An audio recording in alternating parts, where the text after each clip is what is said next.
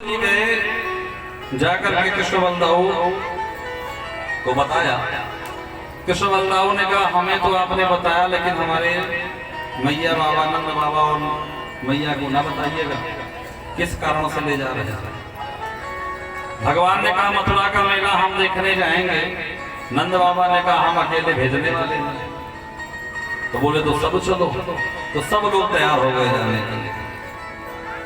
नंद बाबा ने पूरे मथुरा पूरे वृंदावन में दुहाई लगा दी कि जो मथुरा का मेला देखना चाहे, जो मथुरा का मेला देखना चाहे वो सुबह सुबह आ जाए। जैसे ही गोपियों के कानों में ये शब्द पड़ा कि कृष्ण और बलदाऊ वृंदावन को छोड़ के जा रहे हैं, सब गोपियां रात्रि में एक जगह एकत्रित हो गई। गोपियां रात्रि में एक जगह एकत्रित हुई और सब आपस में चर्चा करने। बहन तुमने सुना? बोले हाँ। बोले तूने सुना? वो ही चर्चा करने आ रही थी। एक गोपी कहती है कि ये कैसे चले जाएंगे, जिन कृष्ण और बलदाऊ को हम लोग जो वृंदावन के दो नेत्र हैं, ये ऐसे कैसे चले जाएंगे? चले जाएंगे तो हम जीवित कैसे रहेंगे? एक कहती है सारी गलती विधाता की है। अहो विधाता संयोग मैत्रा प्रणय न दे। अरे ये विधाता की आदत कुछ ठीक नहीं है, बच्चों की तरह है। जिस प्रकार से छोटे छोटे बच्चे नदी के किनारे रेत पर बालू का घर बनाते हैं, घंटों मेहनत करते हैं और जब मन भर जाता है तो एक लात मार करके घर को तोड़ देते हैं। इसी तरह से विधाता मिलवाता है, दो लोगों को प्रेम करवाता है और जब प्रेम स्थापित हो जाता है, एक दूसरे को प्रेम करना शुरू करते हैं दोनों, तो विधाता दोनों को संयोग प्रणय अलग कर देता है। मुझे विधाता नहीं समझ में आता। विधाता को गोपियां हजारों हजार गालियां देने लगे।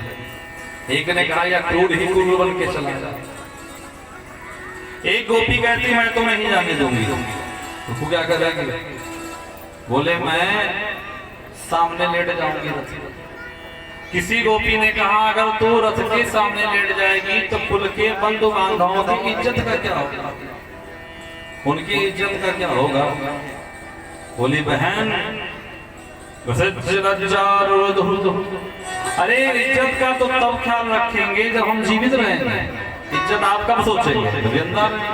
जो हम जीवित ही नहीं रहेंगे तो इज्जत लेके क्या करेंगे? इतना अथाह प्रेम है। और सब पूरी रात गाती हैं गोविंद दामोदर माधवेति, रो रही हैं और गा रही हैं। सुबह का समय आया, नंद बाबा ने सबको बैलगाड़ी पे बिठाया, लेकर चले गए। अब जब भगवान श्री कृष्ण को और बलदाऊ को जाना हुआ तो सब गोपियों ने रथ घेर लिया। क्या किया? रथ घेर लिया। अक्रूर जी ने कहा कि प्रभु रथ को चलाना विदु भर रथ आगे नहीं बढ़ पाएगा, आप भी समझाइए। भगवान खड़े हो गए। अरे गोपियों इतना अधीर क्यों हो? हम आज जा रहे हैं, कल मथुरा का मेला देखेंगे और परसों लौट के आ जाएंगे। सांत्वा मां सब प्रेम यहाँ दौड़ते कई। अरे आप धैर्य रखो, धैर्य का परिचय दो। ऐसे विह्वल नहीं होते। आज जाएंगे कल रुकेंगे परसों। जब गोपियों के कान में परसों शब्द सुना तो गोपियों ने रास्ता छोड़ दिया। गोपियों ने कहा कि हमारे प्रेमी जाएंगे, जाके मथुरा का मेला देखेंगे, इन्हें कितना आनंद होगा। प्रेम किसे कहते हैं? मैंने कई बार निवेदन आपसे किया, प्रेम किसे कहते हैं? प्रेम में पाने की इच्छा नहीं होती, देने की इच्छा होती है। प्रेम में सामने वाले को दुख पहुंचाने की इच्छा नहीं होती। प्रेम में सामने वाला कितना प्रसन्न हो इसकी इच्छा होती है। आज के समय में जो जवान भाई बहन प्रेम कर रहे हमारा प्रेम कन्हैया की तरह, ये प्रेम नहीं है, ये प्रेम नहीं है। मैं आपसे एक निवेदन करूं, मैं कथाओं में अक्सर बोला करता हूं, मैंने कहीं सुना था कि एक बार एक लड़का अपनी प्रेमिका से मिलने उसके घर गया। उसके यहाँ कोई था नहीं, प्रेमिका से मिलने गया। प्रेमिका ने कहा चाय बना के लाते हैं, रुको। चाय बनाने चली गई, उसका सेल फोन वहीं पड़ा था, सामने सेल फोन पड़ा था। उसने कहा कि जरा देखूं कि इसने अपने सेल फोन में मेरा नंबर किस नाम से सेव किया। तो उसके सेल फोन में अपना नंबर खोज रहा था, शायद उसने लॉक ना लगाया हो, लॉक नहीं लगाया होगा तो खोज रहा था, खोज रहा था, लेकिन उसको अपना नाम मिला ही नहीं। उसने कहा मैं भी मूर्ख हूं, अपने फोन से इसके फोन पे फोन करता हूं और जब मेरा नंबर इस पे जाएगा तो मेरा नाम लिख के अपने आप आएगा। तो उस अद्भुत प्रेमी ने अपनी प्रेमिका को फोन किया और जब फोन किया तो उसके मोबाइल में लिख करके आया मुर्गा नंबर 5। ये आज के लोगों का प्रेम है। आप देख रहे हैं कितने लोग आत्महत्या कर ले रहे हैं, कितने लोग, कितनी सारी घटनाएं घट रही हैं, आप सब जानते हैं, रोज देखते हैं पेपर में, टीवी के माध्यम से। आपको कोई अगर प्रेम कर सकता है तो आपके माँ बाप के सिवा दूसरा कोई प्रेम कर ही नहीं सकता। विशुद्ध प्रेम होता है, आपसे विशुद्ध प्रेम आपके माता पिता कर सकते हैं, कन्हैया कर सकते हैं। भगवान का जो प्रेम है अद्भुत प्रेम है। प्रेम में केवल और केवल देने की इच्छा होती है, लेने की इच्छा नहीं होती। प्रेम में केवल और केवल देने की इच्छा होती है। हमेशा अपने प्रेमास्पद के विषय में सोचना। आप देखें भगवान चले गए, आप सब कथा जानते हैं, भगवान चले गए, जाकर के मथुरा रहे, मथुरा से भगवान द्वारिका चले गए, लौट के नहीं आए। गोपियां 12-12 मटकी सिर पे लेकर के जाती थी, मथुरा में दूध दही बेचती थी, लेकिन कभी श्याम सुंदर के पास नहीं गई, क्या लाने के लिए कहा था, क्यों नहीं आए, चलो हमारे साथ, कभी नहीं कहा। गोपियों का प्रेम आपको घर छोड़ने की शिक्षा नहीं देता, गोपियों का प्रेम किसी के पीछे भागने की शिक्षा नहीं देता, गोपियों का प्रेम हृदय में बसा करके सामने वाले को मानने, चाहने, जानने की शिक्षा देता है। ये गोपियों का अद्भुत प्रेम है। जैसे ही गोपियों ने सुना कि कन्हैया 2 दिन बाद वापस आएंगे तो उन्होंने अपना रास्ता छोड़ दिया। हमारे प्रियतम जाएंगे, मथुरा का मेला देखेंगे तो इन्हें कितनी प्रसन्नता होगी, और हम अपने स्वार्थ के लिए इनकी प्रसन्नता को भूल जाएं, ऐसा नहीं, ये प्रेमी नहीं कर सकता। गोपियों ने रास्ता छोड़ दिया। एक पहर बाकी रहा, भगवान पहुंच गए मथुरा। मथुरा पहुंचे, भगवान ने नंद बाबा से कहा जाए मथुरा घूमाए। नंद बाबा ने कहा अकेले नहीं जाना है, कंस की कलयुगी नगरी, ग्वाल वालों को साथ ले लो। तो ग्वाल वालों को साथ लेकर के भगवान गए, और जैसे भगवान मथुरा की गलियों में निकले कि चारों तरफ से आवाजें होने लगी, अरे देख देख देख देख पूतना को मारने वाला आ गया। एक सखी कहती है अरे देख देख देख गोवर्धन उठाने वाला आ गया। एक कहती है अरे देख देख देख 2 हड्डी का है, कितना सुंदर सांवला सलोना आ गया। सब अपने अपने घर से निकल करके दिखने लगी, दौड़ भाग होने लगा, धाई धाम काम सब गया। ग्वाल वालों ने कहा अरे कन्हैया तेरी बड़ी जय जयकार हो रही। कन्हैया ने कहा तो जानते नहीं हो हमारे मामा जी का घर है। बोले तेरे मामा का घर है? भगवान ने कहा बोले तो पहले नहीं बताना था, ऐसे कपड़े में तेरे मामा क्या भिखमंगा ना लगेंगे, कम से कम घर से ढंग का कपड़ा तो पहनाते, मामा के यहाँ आना था। भगवान ने कहा तो मामा के यहाँ कोई कमी है क्या, चलो धोबी घाट पर कंस का धोबी। भगवान ने हाथ जोड़ के कहा मामा जी राम राम। धोबी ने कहा हम तुम्हारे मामा कैसे? कन्हैया ने कहा सुनो, यहाँ के जो राजा हैं वो हमारे मामा, तो मामा के गांव में तो सब है मामा, इस नाते आपो हमारे मामा हो। धोबी ने कहा अच्छा तू महाराज का भांजा, चुपचाप भाग जा यहाँ से, जंगली गाय चराने वाले, गली गली भटकने वाले, हजारों हजार गालियां भगवान को देना प्रारंभ की, चले जा, नहीं जो काम महाराज कल करेंगे वो मैं आज ही कर दूंगा। भगवान ने कहा अच्छा, तो भगवान ने क्या किया, बोले रजकश्य करा के सिरा का पाया, एक तमाचा खींच के मारा तो सर कट के। भगवान ने कहा ब्रजवासियों छांट लो बने बने कपड़े, तो सब ब्रजवासियों ने कपड़े छांट लिए, चलने लगे। कन्हैया ने कहा और ब्रजवासियों कपड़े ठीक हैं? ब्रजवासियों ने कहा कपड़े तो ठीक हैं लेकिन पूरा समक अपने आप साफ हो रहा है। बोले ऊपर टांग लो, बोले ऊपर करते हैं तो लगता है हैंगर पे लटके। तब तक एक दर्जी ने देखा, दर्जी ने हाथ जोड़ के कहा सरकार अगर आप कहो तो कपड़े बढ़िया फिटिंग के सिल दे। भगवान ने कहा बिल्कुल। उसने इंची टेप लेके नाप नाप के सबका कपड़ा बढ़िया सिल दिया। भगवान ने कहा दर्जी भैया तो को क्या इनाम दे दे, क्या इनाम तुम्हें चाहिए बोलो। तो दर्जी ने देखा था कि अभी धोबी को क्या इनाम मिला, धोबी का इनाम देखा ही था। तो दर्जी ने हाथ जोड़ के कहा केवल प्रभु आशीर्वाद। भगवान ने कहा जाओ दर्जी भैया खूब फलो फूल। तब से दर्जी फल फूल रहे हैं, आप देख ही रहे हैं। जितने का कपड़ा नहीं उतने कपड़े की सिलाई। दर्जी लोग भगवान के आशीर्वाद से खूब फल फूल रहे। आगे बड़े सुदामा नाम का एक माली मिला, सबको माला पहनाया और आगे गए तो कंस की दासी चंदन लेकर जा रही थी। भगवान ने कहा ये सुंदरी जी, उसने उस उपजा ने अपने पूरे जीवन में सुंदरी नाम नहीं सुना था। जैसे सुंदरी सुना घूम पड़ी। भगवान ने कहा थोड़ा चंदन हमारे मित्रों को लगाओ। सबको उसने थोड़ा थोड़ा चंदन। भगवान कंस के मकसाला में गए, वहां एक धनुष था उसे भगवान ने तोड़ दिया। कंस कांप गया। इधर दूसरे दिन सुबह सुबह सब गए, जाकर के कंस के युद्ध मकसाला में सब जाकर के बैठ गए। कृष्ण बलदाऊ ने कहा हम बाद में आएंगे। बाद में जब कृष्ण और बलदाऊ गए तो कंस ने बाहरी व्यवस्था लगा रखी थी कुवलिया पीड़ नाम के हाथी, जिसके पास 10,000 हाथियों का बल था। भगवान ने एक घूसा मारा तो हाथी समाप्त। कृष्ण बलदाऊ ने दोनों दांत उखाड़ लिए, एक दांत कृष्ण ने लिया, एक दांत बलदाऊ ने लिया। अंदर गए जाकर के, और जब अंदर भगवान पहुंचे तो कंस के जितने योद्धा थे सबसे भगवान ने युद्ध किया। कंस के 8 भाइयों को भगवान ने मार दिया। अंत में भगवान कंस के सिंहासन पे चढ़े और जब सिर पकड़ के बाल पकड़ा घसीटते हुए लेकर आए, नीचे गिराया और तीनों लोगों का भार लेकर के कंस के ऊपर कूद पड़े और कंस गोविंदाय नमो नमः। अरे कंस कंस के प्राण पखेरु उड़ गए। यहाँ भगवान ने अधर्मी कंस को मार करके धर्म की रक्षा, अपने बाबा को बंदी गृह से निकाला। अब नंद बाबा पहुंचे भगवान के पास, बोले कन्हैया चले।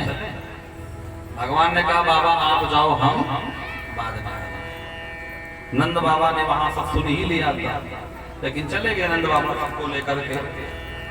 आज देवकी मैया ने 11 वर्षों के बाद अपने लाला को पाया, तो मानो मैया के पयोधर से दूध की धार बह निकली। भगवान को दुग्ध पान कराया, बहुत हर्ष। लेकिन हर्ष में कहीं बहुत समय ना बीत जाए, क्योंकि संस्कार भी जरूरी है।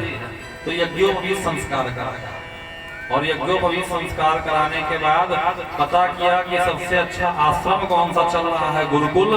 तो पता लगा संदीपनी मुनि का आश्रम उज्जैन में बड़ा अच्छा चल रहा है। तो उज्जैन भेजा पढ़ने के लिए। भगवान वहां पढ़ने गए जहां सुदामा आदि भगवान के मित्र बने। ये कथा आप लोग कल श्रवण करेंगे सुदामा जी।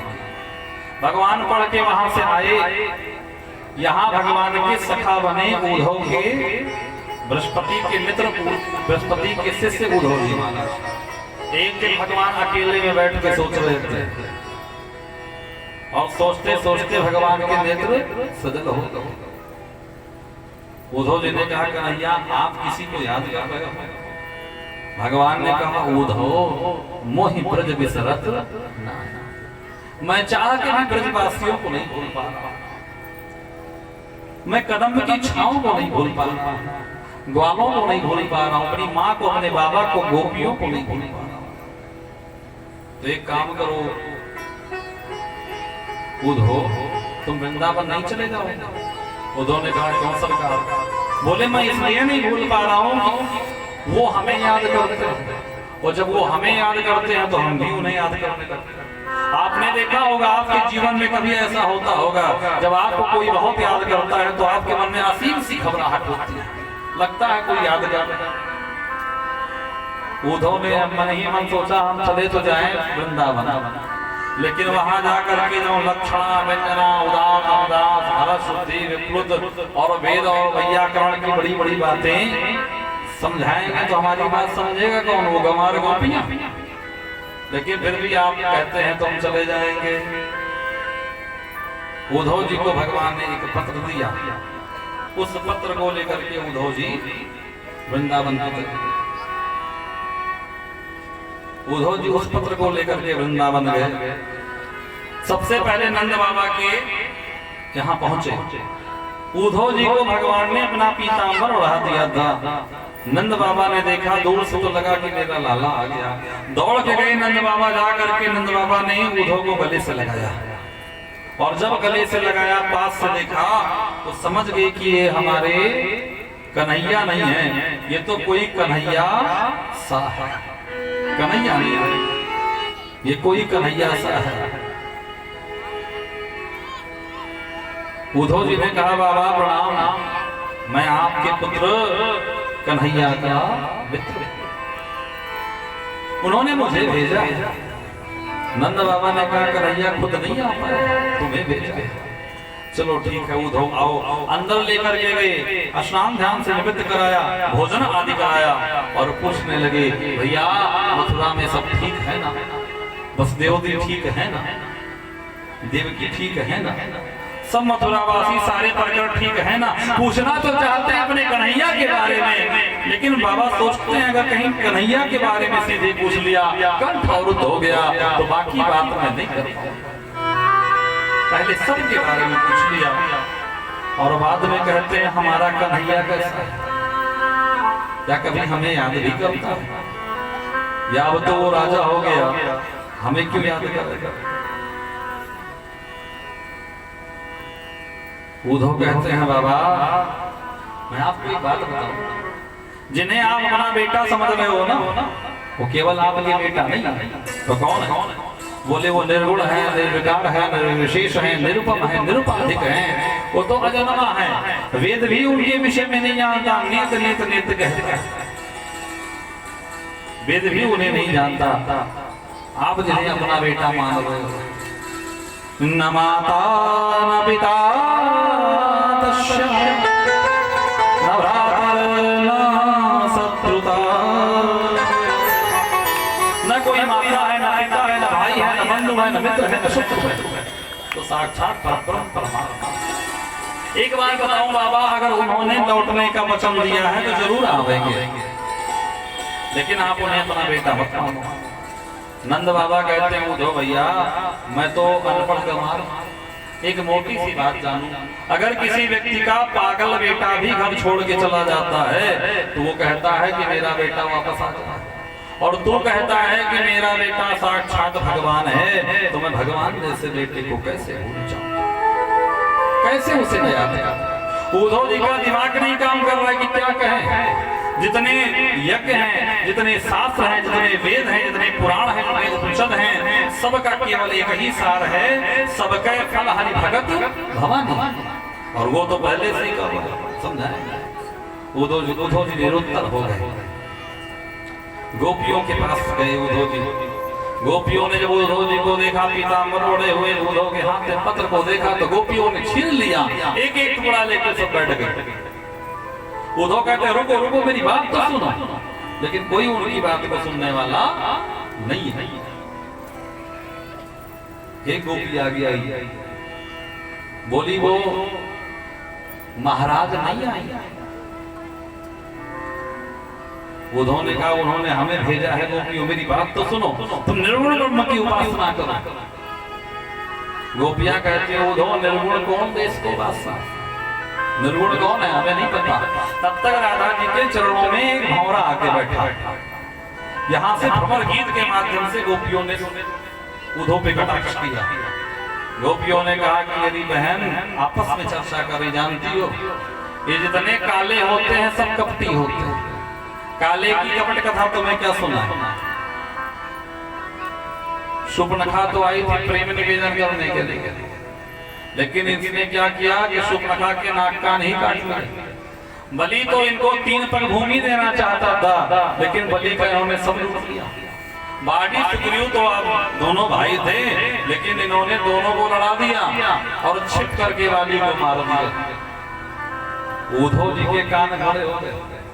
कि जिन गोपियों को मैं गंवार समझता था ये तो सब जानती हैं कि यही राम थे, यही वामन थे, यही सब। गोपियां कहते हैं उधो उधो मन न भयो दस दी, एक हो सो गयो शास को अवराधे। उधो हमारे पास 10-20 मन नहीं है। जो तुम निर्गुण कह रहे हो हम भजेंगे, निर्गुण को मानेंगे, जानेंगे, लेकिन निर्गुण को कब मानेंगे? हमारा मन तो होगा। इंद्रियां शिथिल भाई केशव बिन को अवराधे, बुधो मन न भयो